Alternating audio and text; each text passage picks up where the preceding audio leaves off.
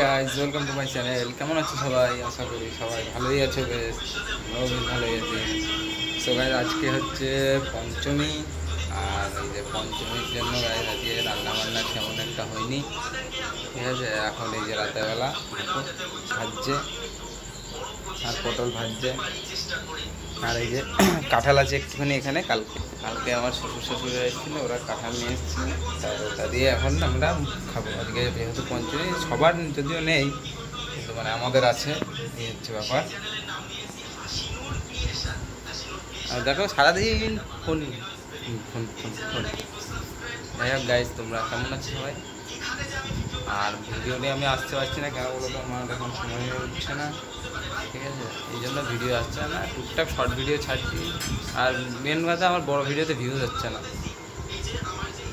এই জন্যই আর কি ভিডিও নিয়ে আসতে পারছি না। আর এই শর্ট ভিডিও টুকটাক ছাড়ছি মাঝে মাঝে।